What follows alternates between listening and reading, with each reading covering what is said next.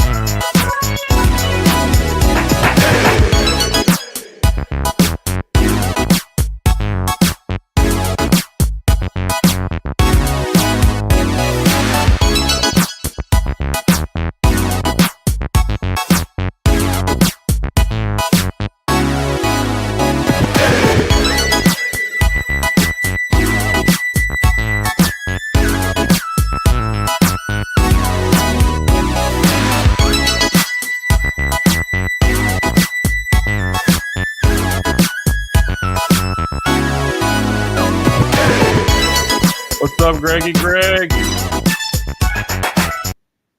Wow. So, buddy, I think there you are. I think you muted. Right. There he is. I'm all excited here tonight. Tonight's a really cool night for me, man.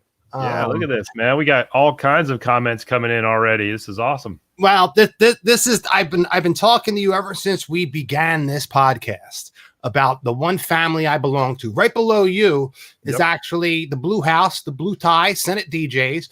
I'm actually wearing our shirt from NAMM. I went to NAMM year and a half ago when it was actually we were allowed to go with people, and I went with the whole Senate DJs crew. I'm part of the Senate DJs, and that's really tonight's show, and that's all my excitement and everything that's happened this week, et cetera, et cetera, et cetera. Good stuff, man. Good stuff. I've heard a lot of good things, so I'm excited to hear these guys. And we were talking before we came on in the green room, like, man, I'm ready to fill my application out and get on board. Oh, dude, this is crazy. Literally, I mean, not only the brotherhood of all of these DJs that come together, it is nothing like, and I know I've said it in my crazy rant and raves about the DJ industry and hating the wedding industry and all these crazy cats that have this ego measuring contest and blah, blah, blah.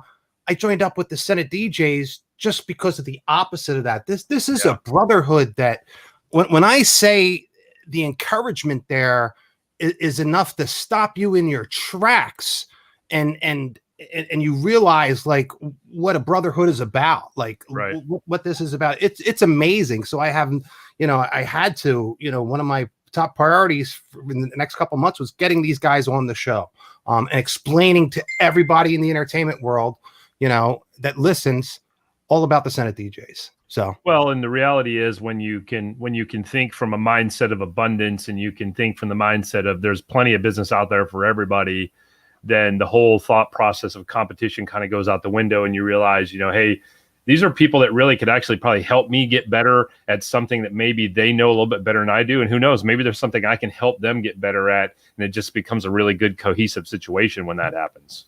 Oh yeah, it's full circle. It's about being a professional. I mean, we both are. We're both professionals, but as my school likes to say, taking it to the next level.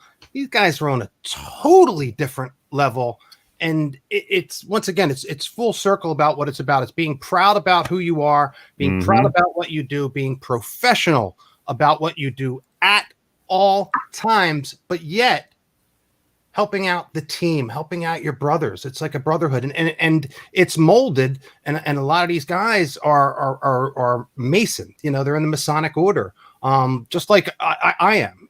And you can see the influences that the Masonic order has. On all of these DJs that are in there and out there. And I mean, I just keep seeing hits and hits and hits of all these different brothers that I've run into, in the Senate DJs, just supporting us and supporting this and the cause. And it's amazing. So I love it. Speaking of people that are professional, let's bring our producer in to join us tonight. Let's see. I wonder if is he rocking anything blinging out tonight? Let's find out, right? Is he or not?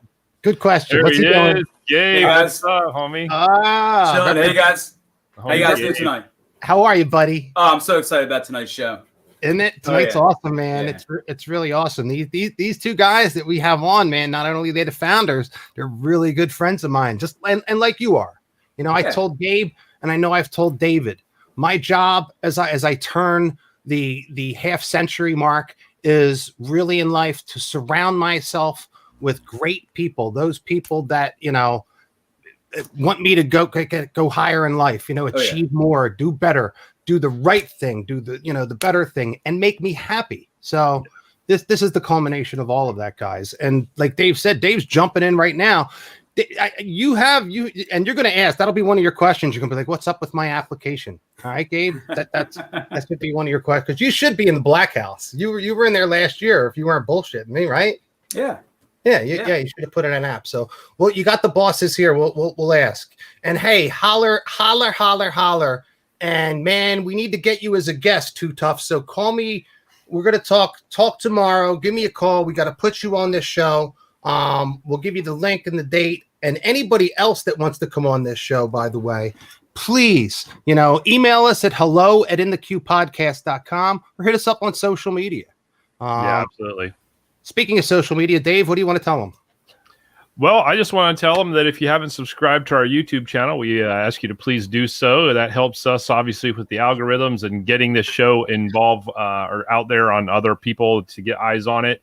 Yes. And your help really helps us. I mean, our job putting this show together is to, bring some dynamic individuals in this industry and introduce them to you if you haven't met them before, and let you hear a little bit about their story, and hopefully they can help you in your journey as an entertainer, whether you're a DJ or not. I mean, we have people that watch the show that are not DJs, and that's okay. I mean, that's the beauty of it. So the more help you can provide us, it's not necessarily about us. It's not necessarily about an ego thing. It's really just about knowing that if you can help promote and subscribe and push the channel, the more people are going to see that, and just everybody wins in that suggestion. So definitely, if you're not subscribing on YouTube, In the Queue Podcast, please do it. Also connect with us on social media at In the Queue Podcast, and then of course our individual channels as well if you want to.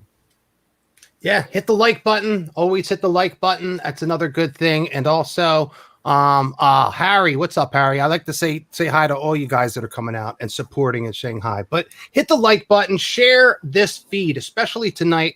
Tonight's a big show. This show's probably going to be even bigger when we had Keith Shockley on. And nobody don't tell him I said that. Ooh, don't tell him I said that. He's going to kick my ass. Yeah, we might need to edit that out of the replay, man. Keith might get pissed off for that. Look, Keith knows I love him. He's a PV brother, just like Gabe is. We bust each other's stone. But I would not be amiss in saying that this is going to be up there. If Keith's show was our top show that we've had so far, this is going to be right up there. They're going to put Keith in for a running for that show. So yeah, no, absolutely. Real quick, I just want to give a shout out real quick to 211. I saw him checking in, Andrew checking in, saw Braden checking in. I'm just trying to scroll real quick. Vince, saw him out there. Just really scrolling real quick here. Who else did I see that I want to say what's up to? Really everybody, man. I don't want to miss anybody out. I'm just trying to call a few people out that I know personally. So, but hey, thank you everybody for watching. That's the bottom line. Yeah, totally. I want to say my shout outs to DJ Philly 1, Andrew Rothman. He's a Senate brother out there. Harry McCloskey. Look, we are so tight with the people we know. Harry is just part of another entertainment company. Harry's in the Pennsylvania area. It's in the mix. And he has, that's his company in the mix. And we literally, he needs anything, he calls on me. I need anything, I call him, vice versa.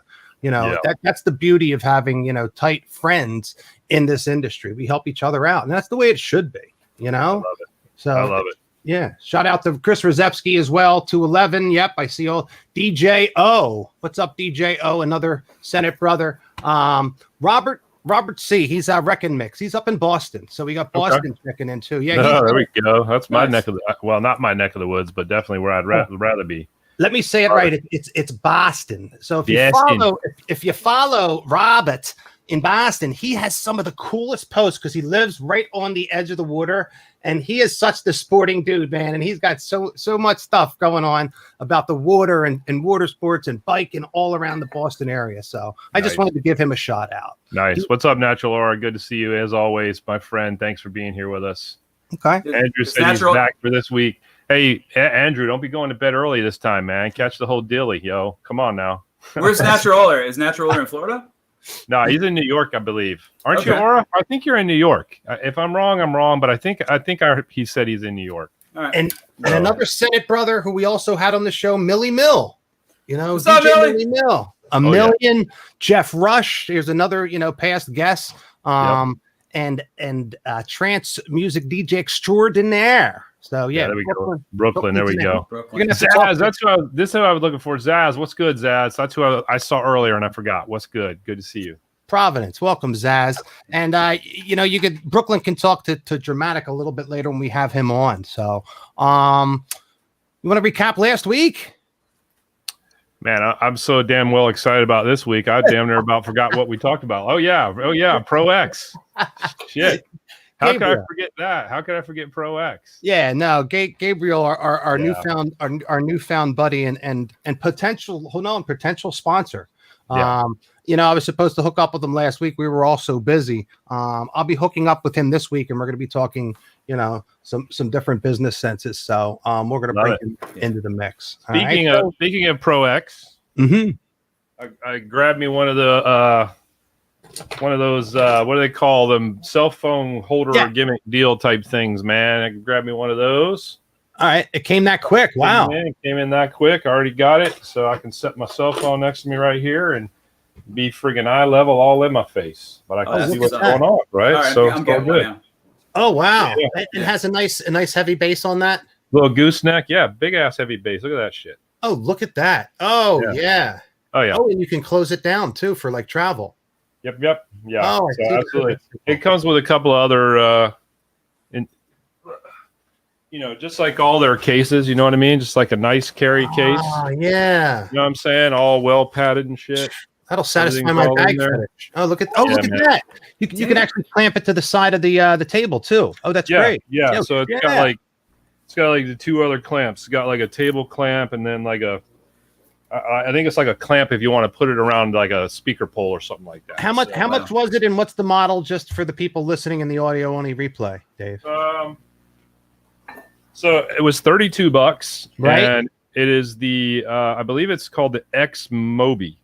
X Mobi, okay, yes, but then I'm not 100% sure. But as a matter of fact, the Mobi, that sounds familiar when I was looking that up, because I got to write that down because now I want one as well. So all right, Mobi. You got to check it out, man. It's good stuff, man. Oh, that's awesome.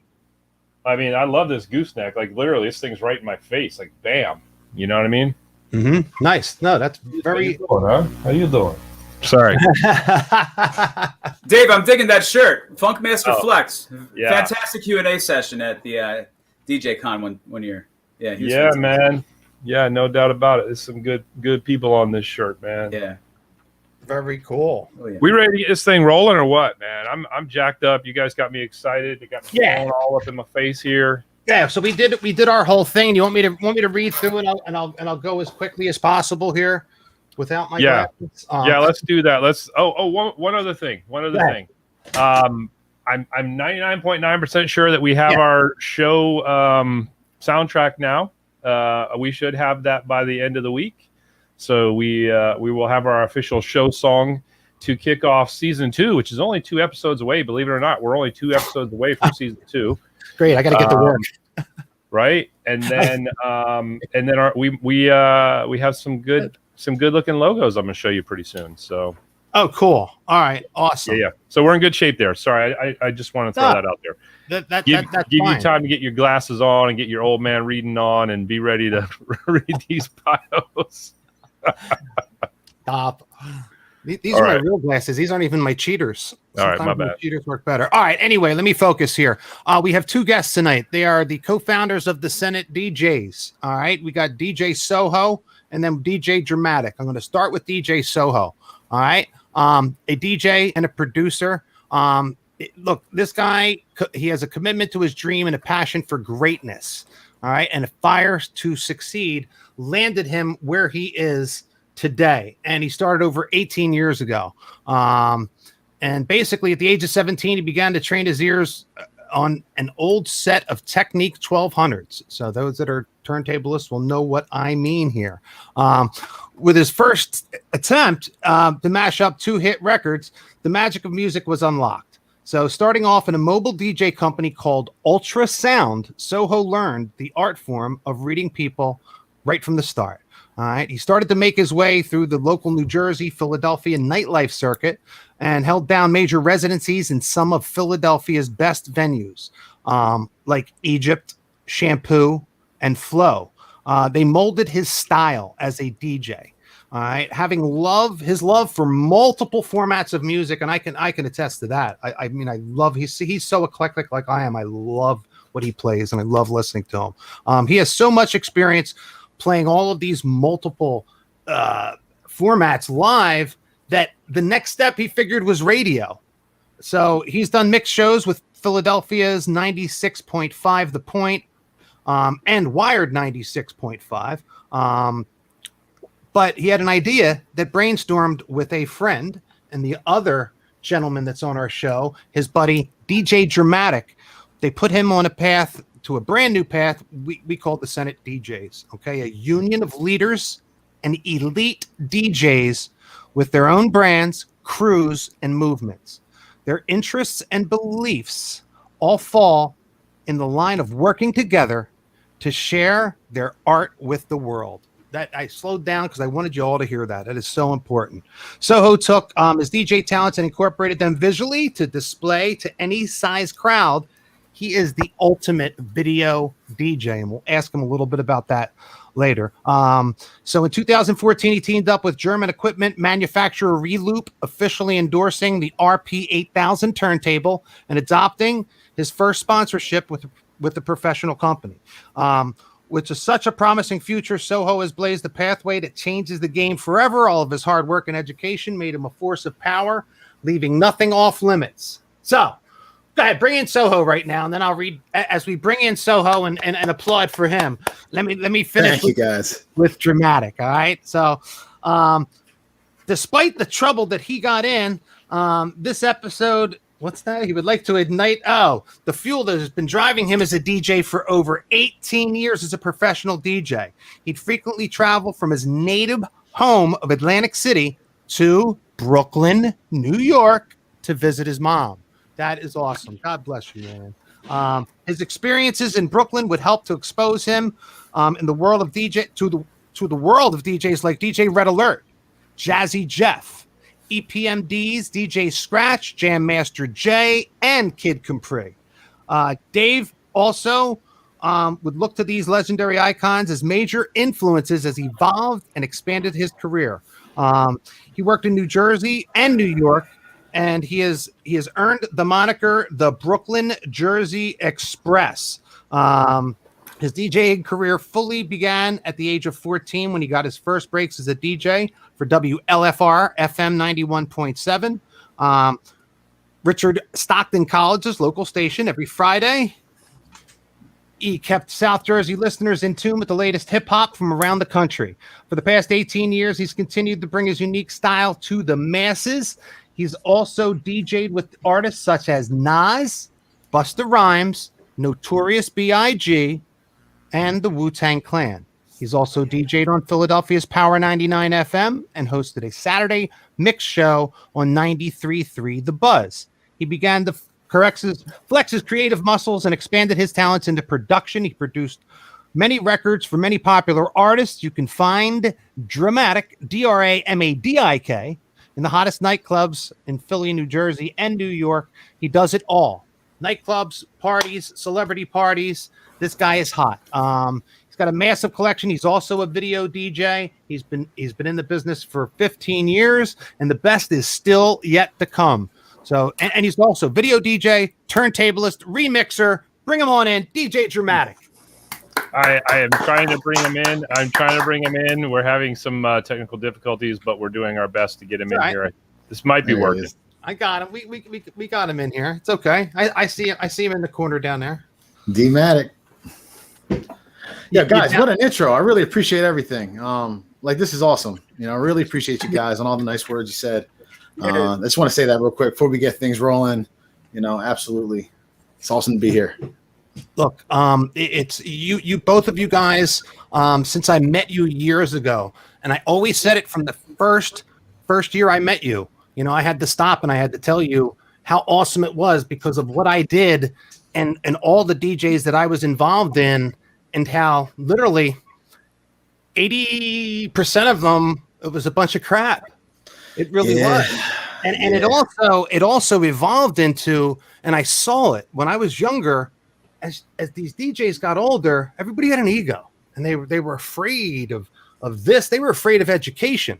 The biggest thing I used to hear is, "Oh, well, you're not going to show them how to DJ. You're going to train your own competition." What? Right. What? Right. Are you kidding me? I mean, I was all out for embracing and showing and the love of the art of what we do. And you know what? It was something. I think it was divine intervention. God led me to you guys.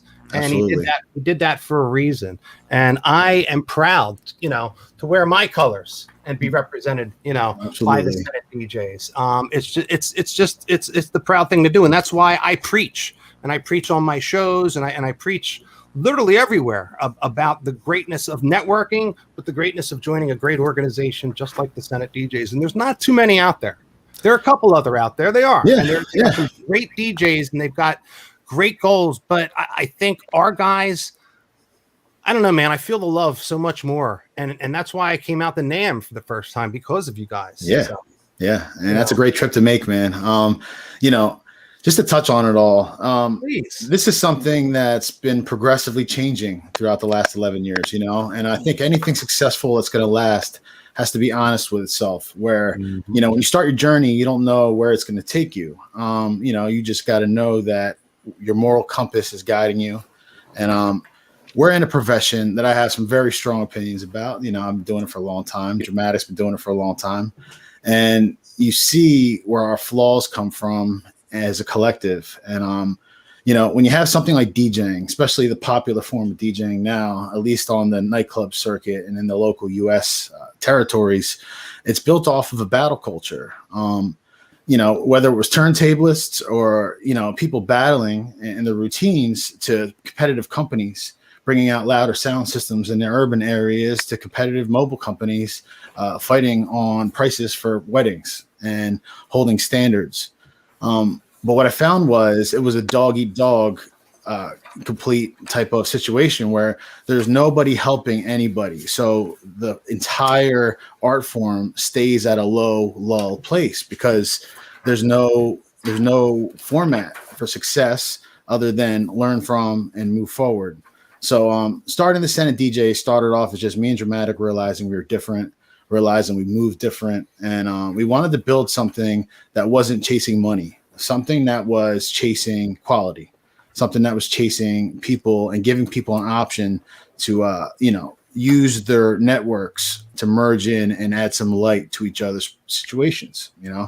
We started off with 5 guys, and now we are at 53 members, I believe, right now. So, wow. Okay. And look, and I see in the house, we got to say hi to Hitman. Is Hitman one of the 5? He's one of the no, but Hitman came on strong. So Hitman came by a little later, but he's been around for a long time.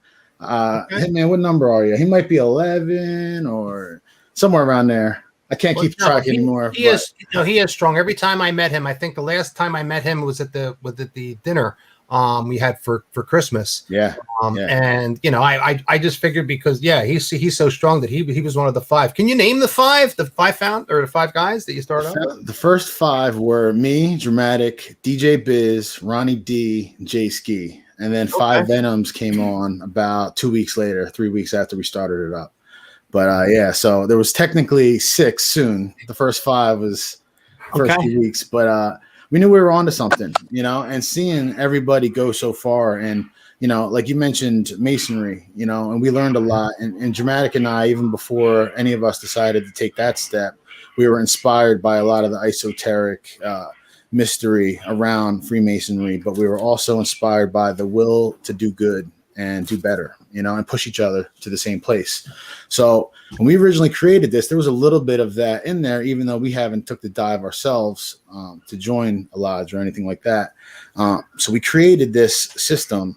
Once I took my journey into Masonry, I saw a few things and how it's set up, and I realized the levels in the houses are for a reason. And it gave us an idea to for once to open up the Senate DJs to a system where we could open this up to anybody who ever cares about DJing on our level. And that was hard to do. Originally we had a certain standard of quality, but we were thinking very small about the Senate in the beginning. We were thinking about the red tie and what that meant, So as we started experimenting with ways to get other people involved, we realized that, wait a minute, the red tie as a gift motivates, but it doesn't motivate everybody. But once you create an underclass of people that want the next level, it motivates the level on top. And then you have that healthy competition now turns into a motivating factor of everybody moving together. And so as we fine-tuned it all and tweaked it all, we came up with our present system, with 5 houses. And it's been great, man. The guys are really killing it this year. It's been awesome. So excellent. Now the 5 houses, it was what was it, 3 or just 2 for 2 houses for the longest time? For the longest time, it was just the Senate red tie, and then we decided we tried this thing called the House of Reps, and it was an experiment on letting in people that weren't necessarily ready for the red house, but creating an incubator where they could succeed and move forward if that's what they wanted to do. What I found was trying to run a secondary brand when we already have a primary brand set up in this capacity just created too many social media accounts, too many people to do this and that. So the initial move of creating the houses and Senate DJs was voted on at that NAMM trip you were talking about. Yeah. You know, we all met in California, and there was about 15 or 20 of us, and we were able to meet in person and really discuss this through. And not everybody was on board, you know, and some of those guys came around, you know, even me, I wasn't on board at first. I was like, I don't see it. But the more I thought about it, the more it just clicked that this is the way, you know, this is the way forward. This is how you create something that lives beyond us. But then in 2020, we were faced with, you know, this newfound format, right? This newfound pool that we have to now live in. So it's changed what we do again. And so we're excited for things moving forward, but we know things are moving forward a little bit differently. But the classes and the way they were created this year was just monumental to the movement and the excitement within the collective right now. You know, it's awesome. No, what a great idea. I was there through the whole thing. Actually, when you had the House of Representatives, that was the beginning of my sponsorship with Peavy, and I did the All Year tour with them. And I was going from, you know, New York, Pennsylvania. I was doing, I guess, the tri-state area there, you know, Delaware and Philly. We were doing the competition for, was it battles or whatever, but I was really opened up to the House of Reps and what you guys were doing. I said, I know these guys. I've been hanging out with them every year, and that, you know, and it was every year I promised, oh yeah, I'm gonna be doing this, and that's, you know, that led me. I think it was right before NAMM. You're like, look, you're coming to NAMM, get on board. So that's, you know, NAMM led me to make the plunge, get on board.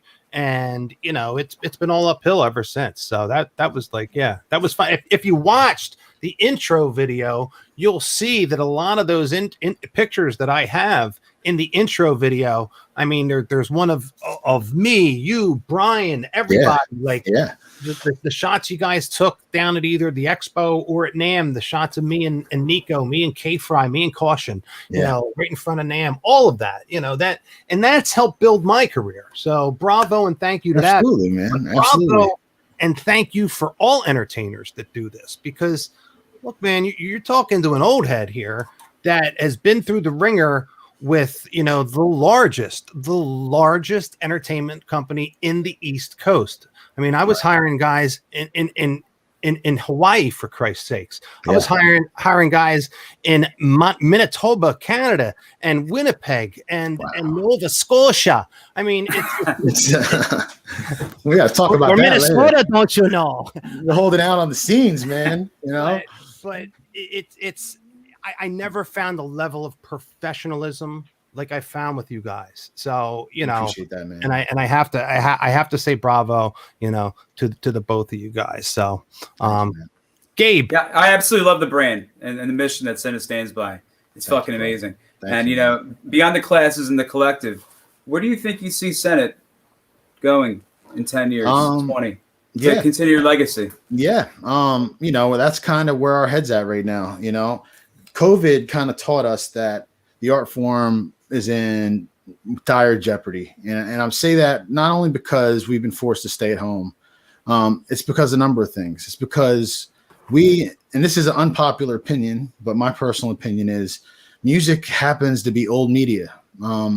It's not on the forefront of where everything's going by itself. Now, music's an integral part of modern media, but it isn't the same machine that it once was.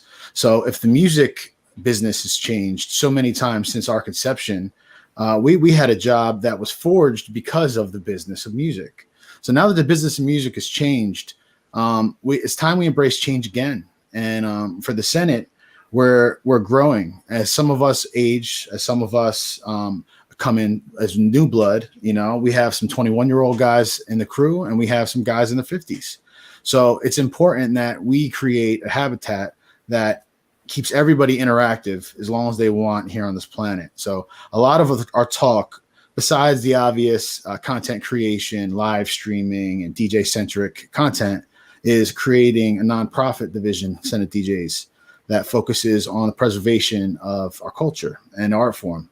We're trying to set up an initiative that when kids go back to schools, we could set up some of our guys to create assemblies, awareness, reach out to some of our sponsors, get the turntable sponsors involved, get all kinds of characters that we usually do business with involved and share the culture to the younger generation. There's when you take gaming away from a kid right now, they're left with not many alternatives. And the lack of DJing in the conversation right now, I think is just going to slowly end our art form. So looking at it now, bigger picture for Senate is definitely getting the nonprofit world started, digging a little bit deeper into preservation education, and not just talking to DJs, talking to parents, talking to, college kids, talking to people beyond our normal open format DJ audience, and kind of expressing what we're here doing, So, all right. Yeah. So with that being said, what's your favorite genre that you really like to chase after? Oh man, it's so hard. I'm wide open, Cool. I stay in the 80s, but I love 80s retro wave. That stuff is just amazing. So when I listen to some of those remixes, I really get into that. I get into the trap and club big room stuff. I love my classic hip hop, but that's the best part for me is just the open format. Is there a new sound that you're chasing after, or Dramatic's chasing after? Nah, do you guys produce anything? Dramatic is. I don't know if I see him in here, but there he is. Here he comes. He's coming back. His internet is giving him all kinds of trouble. Yeah, man, it's been getting spotty. But go ahead, Anthony. All right, so basically, I know Dramatic's getting into some new projects. He's actually getting back to hip hop and MCing. So Dramatic is dropping tracks right now. He's making beats. He's doing his thing. Wow. He's killing it, man. He's coming back to his roots. And Dave has always been a little more in the background and very about what he's about. So this is great for him to really grasp what makes him excited about this and dive back into it. His son raps too, so it creates a dynamic at home, man. They can really share it, and I think it's great, man. That's what's up. He's Very cool. So when you guys do mobile setups, do you have a preference on PA or subs that you take out? Yeah, I mean, I like my EV stuff. It's my trusted stuff. I do have some RCF stuff, which obviously is amazing. I'm Reloop on my top end. It's all Reloop DJ equipment. I'm sponsored with them for the last 6-7 years. So that's a fantastic product demo you did on YouTube. Thank you. Fantastic. Yeah. I really needed NAM this year, so I had to put myself in some kind of NAM, so doing digital NAM felt good, and they really appreciated it. Reloop did a lot with the content, which is great for the Senate and everything we're doing. So yeah, man, we got a really good family there in Germany. One of our first international DJ Denz from Germany. Denz. It's our homie. It's part of the Reloop thing, part of the Senate thing. So, it's awesome. Yeah, man. Shout out to Hitman for getting me on that EV and RCF. I don't know if he's still in here. Yeah, he is. Oh yeah, I see him in here. Everybody's in here and hanging out. A shout out to DJ Groove. He finally made. There he is. Another PV sponsored DJ. He's also Senate DJ in the Blue House there. Harley Beretta. Hello, Harley. Welcome. Another. She just moved up, didn't she? Did she rank up? Yeah. So congratulations, Harley. I said it before, but now let me say it live on the show. Dramatic. While we still have you, if you're not cutting in and out like a progressive commercial, look, can you tell us what you got going on? Nah. Yep. Poor Dave. Yeah. Hello. Is this working? There he is. Got him. Yeah. So what you say? No. What? Tell us about what you're working on now. Your production and all that. I'm working on getting my internet working right now for some reason. Yeah. I'm working. Yeah, it sucks, man. It's sad. It's difficult for me. You know what it is? At certain times, I feel like they slow down. Like my house gets a slow down right around 11 o'clock. It's like they got us on a grid, and then they're just. You know, they take Dramatic. Are you? It looks like just by the format of the way it is that you're on a phone and it's actually in the portrait view. It's not even in the landscape view. Am I correct in saying that? Nod your head. That is yes. I am absolutely correct in saying that. Okay, rule number 1: whenever you're taking video from your phone, turn it sideways into the landscape. He's showing his age, guys. He's showing his age. I'm trying to help him out. Did you ever see that commercial where they say, "Look, you don't speak into the phone when you're in public"? Yeah. I used to say these things, and then 22-year-old girls at brunch kind of prove that I don't know what the hell I'm talking about. From that point on, vertical video became part of my double shoot policy, or we shoot it once this way, once that way. Okay, that way you got it either way you need it. Any way you need it. He got mad at me. He left, and he's pissed, and he's going to kick my ass. He's offended, man. You can't talk about a man's diagonal and vertical. It just creates, horizontal issues, and Look at that, Harley. We're looking out for people tonight, causing laughs and learning about everybody. Look, Harley, you didn't even know that's going to be our new podcast. I think it's going to be like the 5 of us. We're going to do a comedy show from now on. That's right. There you go. Especially if we got the Senate backing us up the way they are. Oh, let's do it, man. Anyway, so I wanted to. Well, while he's not here, do you know what he's working on? Can you give us some answers? I mean, from what I've been hearing, it's definitely boom bop hip hop. Okay. Dave's very deep, so he was always inspired by the Wu-Tangs of the world, and the Master Priests and the guys with the deep lyrics. You know what I'm saying? So Dave's on some inner cosmic, vibration hip hop. That's what I'm gonna call it. Some old school vibes. But he's been such a good hip hop MC for so many years. Hearing him as an actual rapper, it put me off for a second, but he kills it, man. He does his thing. So I'm very proud, man. He played with me some shit the other day, and he's doing it. He's gonna keep doing that, and I think he's gonna do well. Even Casper hit him up. He was like, "Yo, it's like Dave is on it right now." I'm like, "That's right." Hey, while you even said that, there are so many like DJ Casper, DJ Caution, DJ Nico Oso. Can you name some of the what I like to call world-renowned DJs that you've got on the roster there with you guys? Oh, there's so many, man. I mean, now especially. The thing I love about the Senate, though, is like for every popular, flashy DJ, there's a structured DJ that creates such a foundation for us. You know what I'm saying?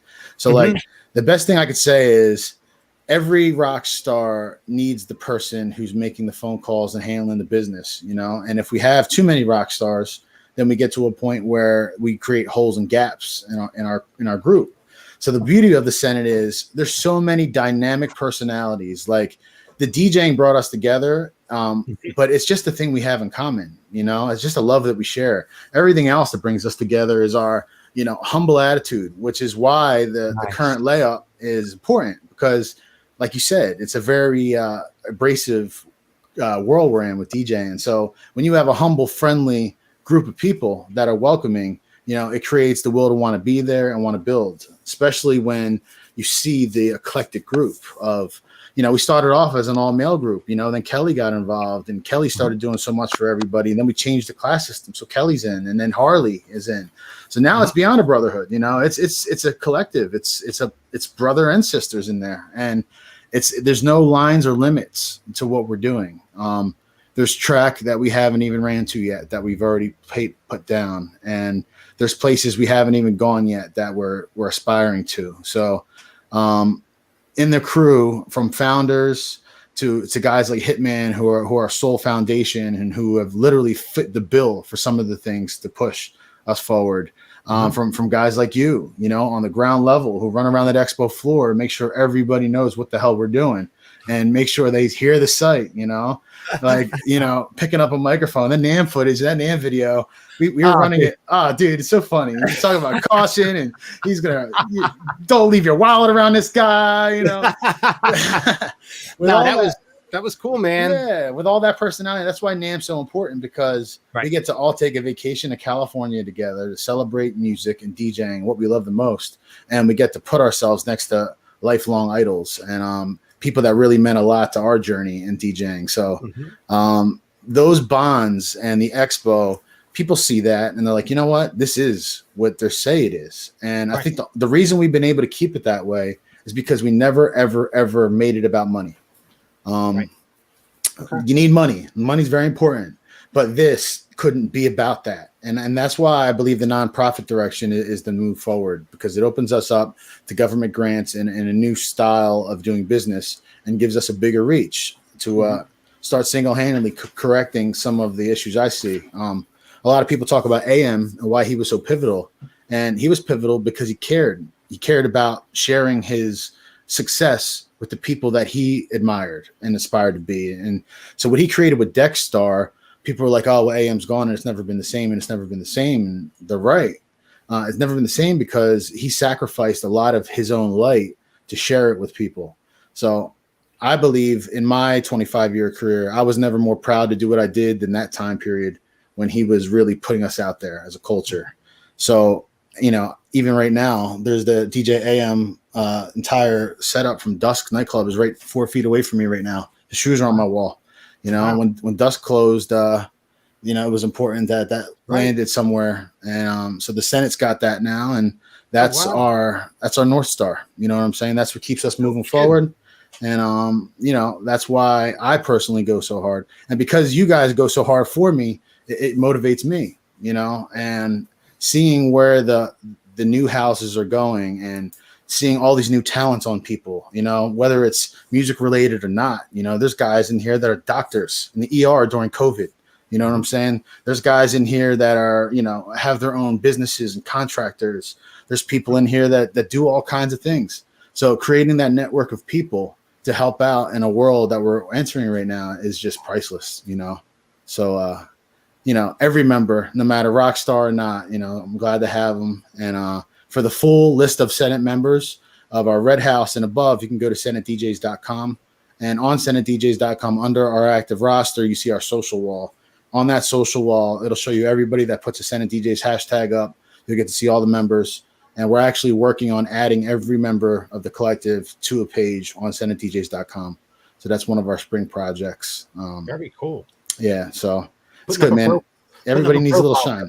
You're putting up a profile for everybody. Great. Okay. Yeah, great. Yeah. Just a little connect so people see who's there. And now it's like where we're at as a collective. I'm confident in putting that kind of work into it because I believe in the people that I'm with right now. You know, it hasn't always been easy to wrangle so many strong-willed people so passionate about their own careers. You know, sometimes you grow apart, which has happened a few times. We lost a few members.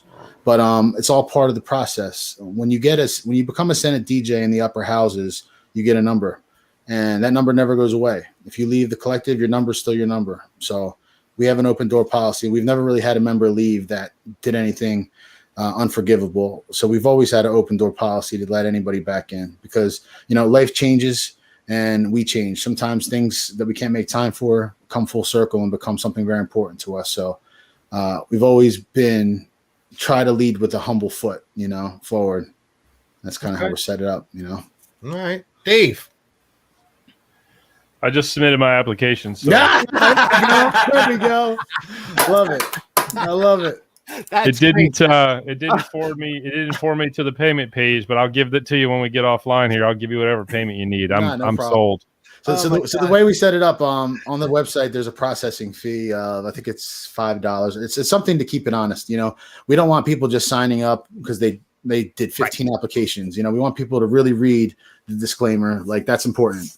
You know, we created a charter for every class that says what we want from you and what you could expect from us. And over the years, we've made sure every piece of language that we deem important made its way into those charters. So every time you move forward in the organization, you know, the charter changes a little bit. You're asked to do a little bit more, but you get a little bit more. And that's just kind of the nature of how we move. But yeah, we'll get you signed up, man. Absolutely. I love it. Yeah, we actually shout out Millie Mill will be the one in contact with you along with Triple X, Frank. And then we have DJ Rockstar. So they're the three people that are in charge of the Black House. They'll be your first contact and they'll get you squared away. Sweet. Awesome, man. Welcome. I love it. Questions, Dave? While you were filling out your app, I was kind of monopolizing everything. Sorry. So Soho, do you prefer using the phase or some kind of like Ortofon? You know, dude, I'm with phase. I'm with the phase right now. I'm all in. Yeah, me dude. too. Not only is the culture of the company awesome, like you know, I linked up with them early on with the NAMM stuff, but I love the out of the box thinking and putting it all on the line. You know, Just the culture of the company really impresses me. The product is next level. The new update, I've been rocking on the beta of Serato for the last 3 weeks. I don't give a shit. I'm just playing. I'm like, give it to me. One USB cable and these phased, and they've been on point. The only problem I have is these damn metal stickers. I need to buy more of them because I got too many dope vinyls. They fall off. Yeah. Once you mess with them, like once you stick them down once, they're good. If you ever mess with them, but I understand why they're needed. And when I first used phase, they literally had like some sticky gum on the bottom. So they've definitely come a long way from there. I think the rule of thumb is you're supposed to get rid of those the RCAs that came with it because they're the cheapest thing in the box. Once you get rid of those, your problems should all go away. Well, what it seemed like now the new update, you literally just hook up the USB and it's internal mode. So it's got a new wireless feature, which is so on point. Like the mixing, the drags, all the problems they were having with. All right, so that's out. It's good. And it's not now. It's beta. But like I said, it's solid. I've been using it. I used it about 6 or 7 events since that beta dropped, and no hiccups, man. So yeah, I'm happy. The phase stuff's awesome. They've been promising that. They rolled that out the last NAMM, and we've been waiting through coronavirus, and I think they just dropped it about a month ago. Yeah. Serato takes their time. They definitely take their time on stuff. Shout out to the guys at Serato. Obviously, shout out to the Reloop family. Some of my favorite people doing these NAMM shows. You get to meet so many international people that love what we do from totally different worlds. Shout out to Michael Redwood from Serato, who we found out was on Serato Team A. We were lucky enough in the Senate, our first NAMM, we got to link up with Serato, ended up partying with these guys like 30 deep our first night there. And needless to say, we got real comfortable with everybody. And it's awesome just seeing a culture from another country, another land, completely different. And DJing brought us all together for some drinks and some good times. Was this 2 years? That was the Reloop. Reloop had the private party 2 years. Yeah, we do it every year. I mean, NAMM, that's why we go. It's all parties. But I mean, after you go for a while, like there's guys that are on their 25th NAMMs, and by that time, you've already gone to this party, you've gone to that party, and BPM Supreme always has a massive party, so there's always like normal stuff to go to. But that first year, we were creating hotel room parties. We didn't have all the keys yet to get to the cool, snazzy open bar parties, so we were creating our own.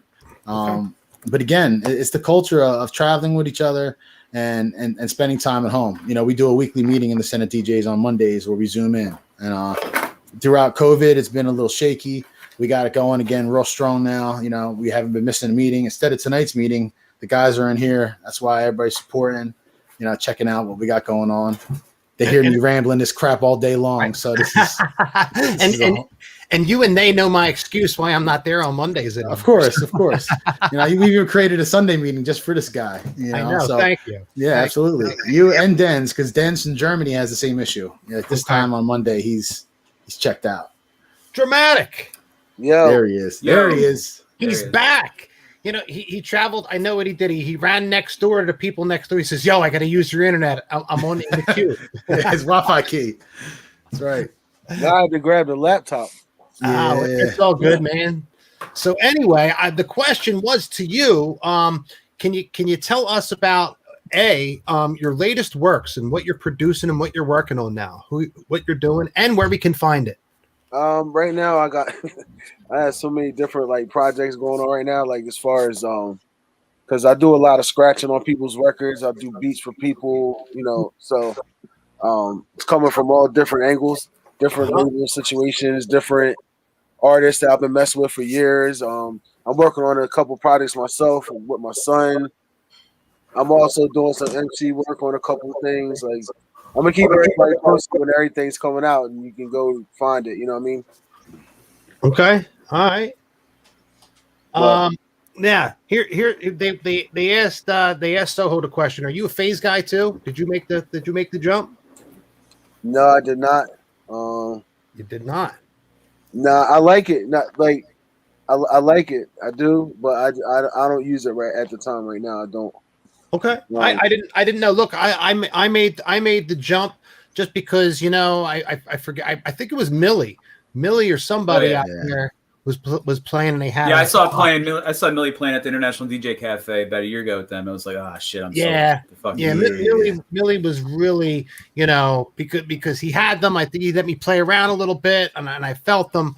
And I mean, I'm rocking them out. It took a minute to set them up. I mean, I wasn't smart enough to think that CDJ meant line in, but once I figured that out in Serato, everything changed for me because I was hooking it up through the phonograph, and I was jacking up the signal, totally ruining it. When they're hooked up right, they work amazing. Like, I'm not going to lie. Like, that's once I got them hooked up, I was good. But yeah I think it's the way. But again, it's not. You're not getting anything as a turntablist from it. I will say you get a little less latency, which feels really nice. The main thing you're getting is, I mean, LED lights. Put LED lights near me, I'm in. My whole house is LED lights. So I like that. And I like the ease of connectivity, like one USB, and now I plug in my mixer and the USB into my laptop, or actually my stand now because I got the Reloop stand hub, and you're rocking. So all the analog is kind of taken out, which some guys are snobbing out about, but sign me up, man. Digital, give it to me. If you're letting me use records still, like if I'm allowed to use a gold record and I put one with my face on it, I don't care. If I could use that, let me use it. I think the whole culture of where the phase discs are going, like, it's awesome. Let people have fun with it. So I think phase is onto something, but you don't forget about that needle and record. Like, I love doing an all vinyl set. There's something about it that it's always going to be a part of our art form. The back of it, sorry. But yeah, man, phase, if you're holding off, I think it's safe to say, give yourself a little treat, enjoy it. You'll enjoy it. So underneath the table, do you like to use butter rugs or just plastic or? Glowtronics, man. Glowtronics. Yes. Ronnie at Glowtronics is one of my favorite human beings. Dude, they're so thin, and they do so many different things. He's got the ones that glow. He's got the ones that he has like 4 or 5 different sizes. They even do the masks. So there's a lot of different swag. We go to 12-inch skins for a lot of shit. But Ronnie from Glowtronics, we go to for everything else. And it's like I use plastic under no matter what I'm using. Oh yeah. UNJ and the wax paper are like for life, Because the slip, like slip's gotta be right. Like I love butter rugs, and those Glowtronics ones are close to that. Like, they're pretty good. Like, I do like. But yeah, I mean that works, and for me, it's like I love my cuts, but I've done less of that and really got into the quick mixing and the overthinking and the word plays and the tone plays. So like the butter rugs, there's so many good products that we get to use right now. It's all about what feels good. Even your vinyls come into the warping of your vinyls and how thick your vinyls are. All that stuff really comes into play when you're like the color, what color you use. Yeah. Like, we used to have these garbage ass Guitar Center ones we got a few years ago, these big blue ones. They're the worst records I ever bought in my life. They were like 6 records in one. The thickness was out of control. So, no matter what butter rugs or wax paper they were dealing with, it wasn't happening, Dave. Gotcha. Yeah. Dramatic. Yeah. So when you record versus MC, do you have a preference on either mic, or you use the same? Ooh. You know what's funny about that? All right, first of all, let's start when you're MCing. What do you like to use? I use this CAD mic right here. Like, seriously. Yeah. You see that CAD? Yep. Yeah. I had this mic for years. Like, I still use it. Like, I like it. But what's funny is, like, on every editing software program now, it's like you can make whatever mic you have sound like whatever you want. So it's like, I don't know. It's kind of weird with the preference, like, But I like my cat mic, like, but I guess as long as it sounds good, I'm happy with it. Yeah. All right. All right. Hey, Grant, got a couple questions in the audience here. Just want to run through those real quick. I think this was for Dramatic. Braden was asking, how old is your son? Oh, how old is my son? He's 20 right now. Okay. All right. Braden's 15 or 15, 14, 15. I always get it wrong. But he's a good kid, man. He was on our show a while back. Also, his dad asked, where can you young DJ go to learn about what's happening in your world, Dramatic? Mostly everything right now is resorting to SenateDJs.com. Yeah, that's where everything right now. Like, I'm catching up. Like, I'm catching up on a lot of things. Like, it's been like crazy for me this last year. So, like, I'm catching up on a lot of different things, and like I'm gonna have DJDramatic.com back up and going and all that. Like I sit down with Soho and talk to him about that because that's my guy when I talk about these things. So, Yeah, let's go. I'm always down for another website. Let's go. Like but yeah, that's mostly it. Like I got SoundCloud and things like that as well that I'm about to update some new material and stuff on too. So yeah, man, you definitely got to get that new one that you played from the other day. Get them a little taste of that. You open the show up with that next week or something. Yeah, he's banging with it. It sounded really good. Yeah, because like on the music side of it, it's like more or less with the music side of it because I try and stay. I'm more like on the upliftment side of things. Like I'm a hip hop guy and all that, but like my main thing is like upliftment and connecting with people and raising people's vibrations. Like that's everything. Like my music and DJing career and everything is going towards personally. Like I'd rather be in an environment where everybody's feeling good and loving each other. Like that's my thing. Like you know what I mean? Absolutely. Nice. Question: what other sponsorships you guys working with besides Reloop? Besides Reloop, whoever got the money, that's Innofader. Yeah. the money. Innofader is a huge Innofader. Shout out Innofader, Infinity Fader, Smoking Shells. The cool thing about the Senate is, turn around. There you go. All them guys. You know what I'm saying? But the good thing about the Senate is a joke, yo. It was a joke. Yeah, no, everybody's laughing. Look, they're laughing. Everybody's laughing. I wonder like, oh, the man was just talking spiritual. They start talking about money. Like, I don't understand. Show me the money. We got real Jerry Maguire up in here real quick. But the full list of sponsors is on SenatDJs.com. But we're quick to work with people. If we see people doing something that is in our wheelhouse and we could help. One of the things we look for in our members of the upper houses is their own collective. So like Jared, the owner of 12-inch Skins, is in the Senate, and Pat, the global marketing director for Innofader, is in the Senate, and Brandon from Infinity Faders and Infinity Platters is in the Senate. So there's so many sister companies, and it's created such a cool culture for all of us to kind of just like mix it up and use each other's products. My relationship with Pat has spilled into Reloop, and there's been even the Elite, like the crossfader in the Elite was done in like back rooms in NAM. I just trying to make something happen together, sitting down with the guys on Reloop and just wanting more from a product, So that's one of the reasons I've always really, really enjoyed Reloop. Shout out DJ Angelo. He's always a brain in the room to really push them in the right direction. The portions. Yeah. He doesn't understand us Americans and our portions, but he understands how we like to DJ. And Angelo's always pushing them to make the hard decisions because, Reloop's a smaller company. So what's easy for Pioneer to do isn't so easy. There's a guy, Christian, that is basically designing most of this stuff himself, with a very small team, if he even has one, where a Pioneer might have, 30 or 40, 50, 60 people designing their new S11. So sorry to interrupt you, but just while you're on the Reloop thing, I gotta say this, like, because while we in this interview, this is important. Because I got so tired of people talking so much smack about the Reloop turntable. Like, seriously, that turntable is a tank. A tank. Yeah. We haven't had one go bad yet, and they're next level. So like the company listens to what people want, and that's important. And when you create products, you got to listen to the people. So having access to products and things like that have helped the Senate DJs, really influence things on a different level rather than just, making noise. Like we're making these videos for these sponsors and these companies because we believe in the products, not because they're cutting checks, and it falls in line with our whole spiel. You know what I'm saying? Okay. I mean, just to flip things over, can you touch just a bit on what you guys do now? Because I mentioned it before in your bios about the video DJing. Yeah.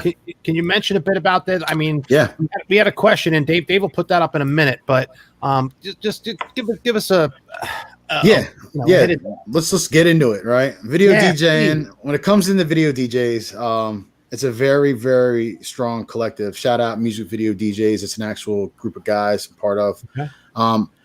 It's a very unpopular art form right now in the DJ community, and this always upsetted me because I feel like I said earlier, music's old media. And now when people follow music, a lot of times coming from YouTube. So the visual experience is part of the song now. So for me personally, I decided long ago, before software was even incorporating videos, me and a friend of mine, Brian, were actually, I would spin the music and he'd try to match the video with it in live shows. We did this before Virtual DJ was doing video. So throughout the evolution of music video DJing, I found when done wrong, it's a disaster. But when done right, it's a disaster. But when done right, it's irreplaceable. And when I say done wrong, let me say this. If you're taking people's attention away from why they're there in the first place, right, it's doing wrong, right? But that's not the video DJ's fault or even the music video maker's fault. Now, some videos aren't made for a dance floor in mind. Some videos are. That's up to the DJ to make sure the visual is in line with the experience. But if you're setting up a room, which, Greg and I had a chance to do a lot of work over at Vesper in Philadelphia and push the envelope higher than it's ever been in Philly to incorporate these brunches and these visual experiences where I got so deep into the multi-zone Resolume setups where I could have 4 or 5 or 6 video inputs portrayed around a room. I was putting a background of, while Old Town Road was popular, I'd have a horse behind me in a carriage and there'd be tumbleweeds blowing around the club. And then on the side, you see the Old Town Road video playing, dimmed to the point where it wasn't no longer bright. The nightclub lights are doing their thing. The smoke's doing its thing. And through the smoke, you see that video, and to me, that experience we created was something that nobody's even really doing right yet. And if they are doing it, it's very rare. I'm not even going to front you just said like video DJing and you like talk about Soho, like that's a totally another monster as far as video DJing is concerned. It's not like the basic guy that's like, yeah, you know what, I'm about to start video DJing. Well, what he does is a little different than that because it's a design thing. So here's my cheat sheet. I've seen him max out some computers on video DJing. Live streaming took it a step further. But that's why I was ready for live streaming when all this happened and I was already ahead of the game. But let me go through my video DJ checklist for what I think makes you successful. Please. Good software. And for as much as I love my Serato friends, I do believe Mix Emergency is a better software. Absolutely. Okay. It is. You need it. If you're video DJing with Serato, you need it. Virtual DJ is very cool. Nothing to knock it. The new version is really awesome with the AI technology. I mean, listen, if you're there, that's cool. You could do a very similar show. But for me, Mix Emergency is allowed to incorporate cameras and add so many elements to your live show. And it runs on a lesser computer than its competition. So shout out to Inkland and Mix Emergency. It's amazing software. Will that do Windows too? It won't do Windows, and that's really where the snag comes. So if you are a Windows user, you got to kind of fall back. Now, one thing I will say, I mean, I love my PC for my live streaming. It's made for that. But when it comes to performance on DJing, I'm Team Mac, and Mix Emergency is the move. Okay. Now, you also have to remember, if I'm adding a video experience, where's the screen going to be? Because if the screen's going to be on the dance floor, a lot of times the video is so bright, it's going to drain the light, especially when you have a few. So you got to make sure that you guys dim these screens to practically nothing. Because when the nightclub environment's kicking in, all that white light just enters the dance floor. And it's not good for people's vibration. If you want to get spiritual, I'm sure Dramatic will hit me on that. Blue light ain't what you want to be hitting people with when you're trying to get them going. No, so we say all the time, you got to create that vibe, buddy. And then the next thing is create your own ambient visuals for the times that you don't have, a good video. If you put a David Guetta video and it's a girl tying her shoes and riding her bicycle and getting picked on by a bully, that's not saying pop bottles and let's get the shit popping. You know what I'm saying? So, for all the conversations of nonprofit and all that, let's not forget we're DJs and when we're in a nightclub environment, we got one job, and that's to put as much energy through that roof as we can. And, that's why we got that Avengers thing going with Nightlife and the Senate DJs. Some of the guys in the crew, man, are just energy bulbs, Nico and Nine and seeing Casper jump on a table when I was DJing and I'm scratching. All I care about is the technical stuff, and he's got champagne in the air. This is such a fun job. But you're at a point where you have to remember, it is a business. So the fun part is great, but you set yourself up for success. You know, if you're going to do the video DJ thing, I'm a big part of it. If anybody ever needs anything, I'm approachable. DM me on one of the social networks. You know, I'm always down for conversation. Video DJing has brought me to my next level where I really want to push the streaming and what we're doing with live streaming now. And it's kind of bittersweet because there's really no platform that made it legal yet. You know, Mixcloud's working on it. Twitch is awesome, but any day now, it could be a Thanos snap and we're out. You know what I'm saying? So and once that happens and the magical lawyer snap their fingers, you know, the old grumpy music business shows their face again. And, you know, that's really the end result. So live streaming is kind of one of those things where I'm focusing some bandwidth there, but I can't fully commit yet because we don't have enough sign of stability to really dig in, you know. But I can say some of the most exciting stuff I've done this year, the live streams, you could do everything we were doing at Vesper. Now we can take it a step further. Now I'm in Paris. Now I'm in the middle of a jungle and there's a lion chasing me. You know what I'm saying? So, you know, having the ability to dig through these visuals and introduce them into the musical experience, to me, that's where it's at. So sign me up. That's where you'll see me using as much media and throwing as much media as at people at the same time as I can with my ADD ass.